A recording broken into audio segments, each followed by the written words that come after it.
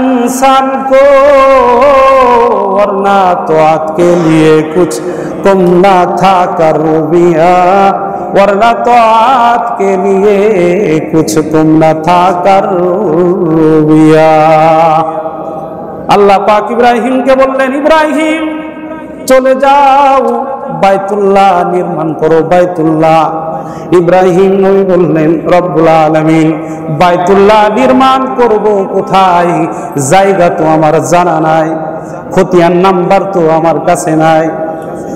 আল্লাহ পাক ইব্রাহিম নবীকে বললেন, ইব্রাহিম তোমার বিবি হাজেরা আর তোমার সন্তান ইসমাইলকে যেই মাটিতে রেখে এসেছো ওই মক্কার জমিনে যাও। মক্কার জমিনে গেলেই তুমি নির্ধারণ করতে পারবে কোথায় বাইতুল্লাহ। সুবহানাল্লাহ। বাইতুল্লাহ নির্মাণ করার নির্দেশ দিয়েছেন আল্লাহ। কাবা ঘর বানানোর জন্য বাইতুল মুকাদ্দাস থেকে আসলেন মক্কায়। সন্তান ইসমাইল আলাইহিস সালাতু ওয়াস সালামকে সাথে নিলেন। মক্কায় আসছেন ঠিক, কিন্তু কোন জায়গায় বাইতুল্লাহর ভিত্তি স্থাপন আছে তা জানা নাই। ইব্রাহিম নবী বললেন, রব্বুল আলামিন বাইতুল্লাহর ভিত্তি কোথায় আছে একটু জানায় দেন। রব্বুল আলামিন ইব্রাহিম নবীকে বলল, ইব্রাহিম যাও, তোমার মাথার উপরে একটি মেঘ চলতে থাকবে। এই মেঘ খণ্ডটি যেখানে দাঁড়িয়ে যাবে তার নিচে বাইতুল্লাহর ভিত্তি পেয়ে যাবে। সুবহানাল্লাহ। ইব্রাহিম নবী মেঘ খণ্ডের সাথে চলতে লাগলেন। যাইতে যাইতে ওই মরুপ্রান্ত,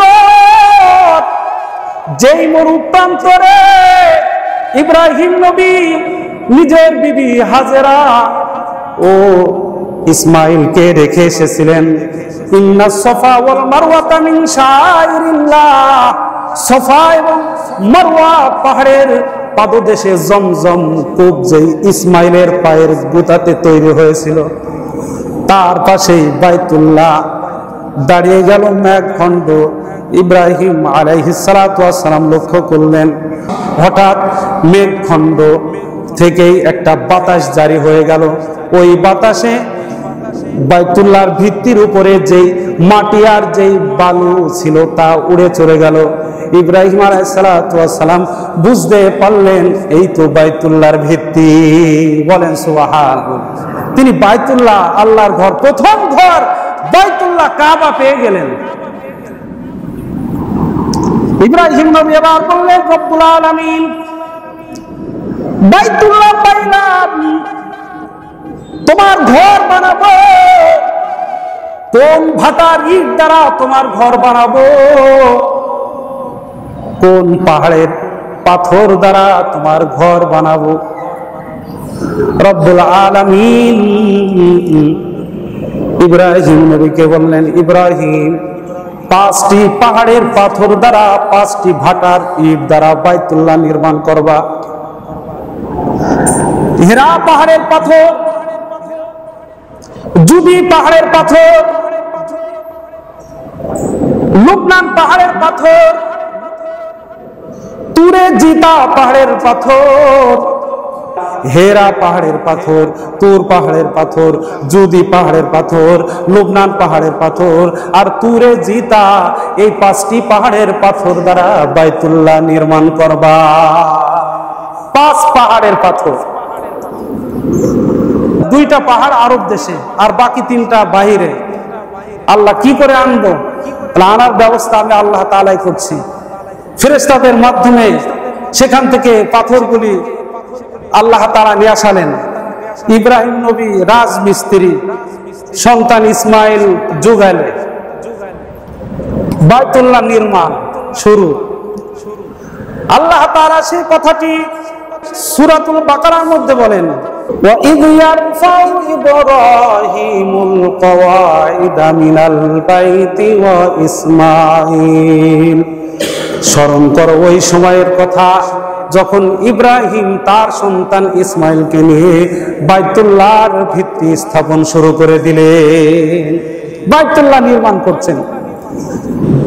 নির্মিত ঘর বানাইতে বানাইতে যখন উঁচু হয়ে গেল দেওয়াল, তখন তার নাগাল পায় না যে ভাড়া বাঁধবে, ভাড়া বাঁধে, মাছা বাঁধে, এরপরে উপরে উঠে দেওয়াল গাঁথে। ইব্রাহিম নবী বললেন, আল্লাহ এখন তো উপরে আমি কি করে উঠবো, দেওয়াল তো আমি আর হাত পাই না। বলে একটা পাথর নাও, যাকে বললাম মাকামে ইব্রাহিম, ওই পাথর নাও, ওটা লিফট, অটো লিফট।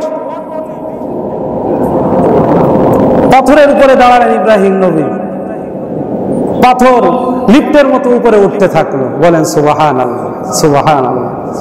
বাইতুল্লাহ নির্মাণ করে ফেললেন, বাপ বেটা বাইতুল্লাহ নির্মাণ। এরপরে আল্লাহ তাআলা ইব্রাহিম নবীকে বললেন, বাইতুল্লাহ তো নির্মাণ হয়ে গেছে, এই বাইতুল্লাহর জন্য ঘোষণা দাও। সূরা হজের মধ্যে আল্লাহ বলেন, ওয়াজ্জিন ফিল নাসি বিল হাজ্জি ইয়াতুকা রিজালাও ওয়া আলা কুল্লি যামিরি ইয়াতিনা মিন কুল্লি ফাজ্জিন আমির। আল্লাহ তাআলা ইব্রাহিম নবীকে বললেন, ইব্রাহিম তুমি তোমার সন্তান বাইতুল্লাহ নির্মাণ করলে, আমার প্রিয় ঘর বানালে। ও ইব্রাহিম, এই ঘরের জন্য তুমি এলান করো, ডাক দাও। ইব্রাহিম নবী বললেন, রব্বুল আলামিন বাইতুল্লাহর হজের জন্য মানুষদেরকে ডাকবো, মোবাইলের তো যুগ নাই যে সেলফি একটা তুলে লিখে দিলাম বাইতুল্লাহর হজের জন্য আসো। ইউটিউবের যুগ নাই, মোবাইলে ভিডিও করে ইউটিউবে আপলোড দিয়ে দিলাম, মেসেঞ্জারে দিয়ে দিলাম।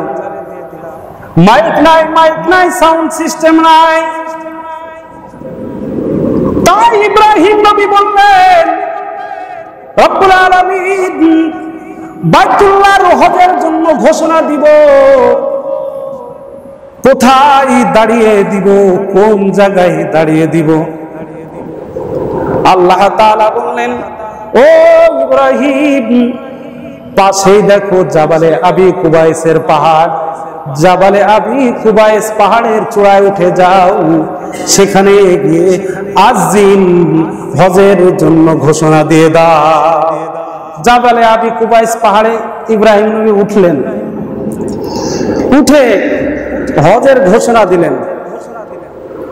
আবার বললেন যে আল্লাহ আমি তো এলান দিব, তো কিছুই তো নাই, কোনো মাধ্যম তো নাই, কিভাবে পৌঁছাবে? বলে তোমার কাজ হলো এলান দেওয়া, আর আমি আল্লাহর কাজ হলো এই এলান প্রতিটি মানুষের কর্ণকুহরে পৌঁছায় দেওয়া। সুবহানাল্লাহ। তাফসীরে মাযহারিতে আল্লামা কাজী সানাউল্লাহ পানিপতি রাহমাতুল্লাহ আলাইহি বলেন, ইব্রাহিম নবী ঘোষণা দিলেন, এই সকল মানুষ, আল্লাহ তোমাদের জন্য একটা ঘর বানিয়েছেন, ওয়ালিল্লাহি আলান নাস হিজ্জুল বাইত, সেই ঘরের তওয়াফ করা, জিয়ারত করা তোমাদের উপর ফরজ, তোমরা আসো। এই ঘোষণা দিতে দেরি হয়েছে, আল্লাহ তাআলা এই ঘোষণা পৃথিবীর প্রান্তে প্রান্তে ছড়ায় দিতে দেরি করে নাই। এমনকি যেই বাচ্চাটি তৎকালীন সময়ে মায়ের গর্ভে ছিল, সেই বাচ্চার কানে পর্যন্ত এই হজের আহ্বানের ডাক পৌঁছে গেছে। সুবহানাল্লাহ। তাফসীরের কিতাবে আসছে, রাসূল বলেন যে যতবার বলেছে লাব্বাইক আল্লাহুম্মা লাব্বাইক লা শারীকা লাকা লাব্বাইক ইন্নাল হামদা ওয়ান নি'মাতা লাকা ওয়াল মুলক লা শারীকা লাক, এটা তো হজের স্লোগান। কি বলেন? পাগলের বেশ, সিলাইবিহীন কাপড় পরিধান করে পাগলের বেশে সব ঘরে। কার পাগল? সব আল্লাহর পাগল। যারা যতবার লাব্বাইক বলেছে তারা ততবার হজ করবে। আল্লাহ জানে কে কতবার বলেছে। মায়ের গর্ভে বাপের পৃষ্ঠ দেশে যারা এখনো দুনিয়াতে আসে নাই, তাদের কানে পর্যন্ত পৌঁছে গেছে এই হজের স্লোগান, হজের ডাক। যারা উত্তর দিয়েছে তারা হজে যাবে। বাইতুল্লাহ নির্মাণের পরে অবশিষ্ট কিছু বালু, পাথর, মাটি এইটা ছিল। তো আল্লাহ বললেন, এই মাটিগুলাকে নিক্ষেপ করে দাও। তো বললে, আল্লাহ এই মাটি আমি নিক্ষেপ করব। কোথায় যাবে? বলে নিক্ষেপ করো তো। ইব্রাহিম নবী ওই মাটিগুলি নিক্ষেপ করলেন। ইব্রাহিম নবী বলেন, আমি দেখলাম সামনে পিছনে উত্তর দক্ষিণে বাতাসে ওই মাটিগুলি নিয়ে চলতে লাগলো। সুবহানাল্লাহ। যেখানে যেথায় 1 ফুটা মাটি পড়েছে সেখানে মসজিদ হবে। এখানে এই মডেল মসজিদেও সেই মাটি পড়েছে, যার কারণে এখানে মডেল মসজিদ হয়েছে। কিয়ামত পর্যন্ত মসজিদ হতেই থাকবে যেখানে ওই মাটি কোনা পড়েছে। কি বলেন প্রিয় মুসল্লিয়ান ইকরাম? বাইতুল্লাহ নির্মাণ বাপ বেটা করলেন, ঘোষণাও দিলেন, তো ঘর তো বানালেন। এবার ইব্রাহিম নবী একটা দোয়ার জন্য তিনি দাঁড়ালেন। রাজমিস্ত্রি সারা বছর একটা বিল্ডিং বানালো, বানানোর পরে এই সারা বছরই আপনি তাকে কোনো মজুরি পারিশ্রমিক দিলেন না, কিন্তু তার মানে তো এমন হবে না যে বিল্ডিং কমপ্লিট, এখন রাজমিস্ত্রি চলে যাবে, এখনো আপনি মজুরি দেবেন না, তা তো আর হবে না, এখন তো দেয়াই লাগবে। তো বাইতুল্লাহ ইব্রাহিম নবী বানালেন, তো এই বিনা স্বার্থে নিজ এক আল্লাহর জন্য তিনারা বানালেন। তখন বাইতুল্লাহকে কেন্দ্র করেই আল্লাহর কাছে দোয়া করতে লাগলেন, আল্লাহ তোমার ঘর বানালাম, আমারও তো কিছু চাওয়া পাওয়া আছে। কাবার কিছু জায়গা আছে যেখানে দোয়া কবুল হয়, আগেই বললাম। তার মধ্যে একটা জায়গা হলো মুলতাজিম। কাবা ঘরের পূর্ব দেওয়ালে ইব্রাহিম নবী গেলেন, যাওয়ার পরে বুক লাগালেন, এইভাবে হাতটা এইভাবে দিলেন, গালটা এইভাবে দিলেন, বুঝলেন কি আবেগ মাখা দিয়ে দোয়া করলেন, রব্বানা তাকাব্বাল মিন্না ইন্নাকা আনতাস সামিউল আলিম। আল্লাহ ঘর বানালাম, আপনি অর্ডার করছেন, তো এই ঘর পিতা পুত্র উভয়ের তরফ থেকে আপনি কবুল করে নেন। দোয়া করলেই যে কবুল হবে তাও না, দোয়া কবুলিয়াতের জন্য হালাল খোর হওয়া শর্ত। আপনি যদি কাবা শরীফে গিয়েও দোয়া করেন আর যদি হারামখোর হন, আমি যদি হারামখোর হই, আমি যদি সুদখোর হই, সুদের সাথে যদি আমার লেনদেন থাকে, ঘুষের সাথে যদি আমার লেনদেন থাকে, ফাইল যদি ঘুষ ছাড়া না নড়ে, এই সুদখোর এই হারামখোর সে তো যদি কাবার চত্বরে গিয়ে কাবার গিলাফ ধরে আল্লাহর কাছে দোয়া করে, দোয়া কবুল হবে না। প্রিয় ভাই, ইব্রাহিম নবী তিনি ছিলেন হালালখোর। সন্তানও जैसा बाप का बेटा सिपाही का घोड़ा कुछ ना हो तो थोड़ा थोड़ा। ইব্রাহিম নবী দোয়া করলেন, আল্লাহ এই ঘর কবুল করে নেন। ইন্নাকা আনতাস সামিউল আলিম, আপনি শ্রবণকারী, আপনি সর্বজ্ঞ। এরপরে দোয়া করলেন, বেশ কয়েকটি দোয়া করেছিলেন ইব্রাহিম নবী, তার মধ্যে উল্লেখযোগ্য একটি দোয়া ইব্রাহিম নবী করলেন, রব্বানা ওয়াবাস ফীহিম রাসূলাম মিনহুম ইয়াতলু আলাইহিম আয়াতিকা ওয়া ইউআল্লিমুহুমুল কিতাবা ওয়াল হিকমা ওয়া ইউযাক্কিহিম ইন্নাকা আনতাল আজিজুল হাকীম। ইব্রাহিম নবী দোয়া করলেন, রব্বুল আলামিন, আমি আমার সন্তান নিয়ে বাইতুল্লাহ নির্মাণ করলাম, আল্লাহ আমার বংশধরের মধ্য থেকে একজনকে আপনি নবী হিসাবে প্রেরণ করেন। ইসমাইলের বংশ থেকে আল্লাহ তাআলা বিশ্ব নবীকে প্রেরণ করেছিলেন, ইব্রাহিম নবীর দোয়ার ফসল। যেই নবীর বিভিন্ন কাজ থাকবে, মৌলিক কাজ হবে 4টি, ইয়াতলু আলাইহিম আয়াতি। যেই নবীর মৌলিক কাজ হবে 4টি, মানব জাতিকে কোরআনের তেলাওয়াত শোনাবে। 2 নম্বর, ওয়া ইউআল্লিমুহুমুল কিতাব ওয়াল হিকমা, মানব জাতিকে কোরআন শিক্ষা দিবে, ওয়াল হিকমা সুন্নাহ শিক্ষা দিবে, ওয়া ইউযাক্কিহিম মানব জাতির দিলগুলিকে পরিশুদ্ধ করাবেন। সেই দোয়া করতে দেরি হয়েছে, আল্লাহ তাআলা কবুল করতে দেরি করে নাই। সেই দোয়ার ফলশ্রুতিতে ইসমাইল বংশ থেকে আমার আপনার নবী বিশ্ব নবী মুহাম্মদ আরবি সাল্লাল্লাহু আলাইহি ওয়াসাল্লাম ইব্রাহিমী বংশ ইসমাইলি বংশ থেকে এসেছেন। বলেন সুবহানাল্লাহ। প্রিয় মুসল্লিয়ান ইকরাম, এই পর্যন্ত মোটামুটি হজের এবং বাইতুল্লাহ নির্মাণের কিছু কথা বললাম। সর্বপ্রথম ঘর হলো বাইতুল্লাহ।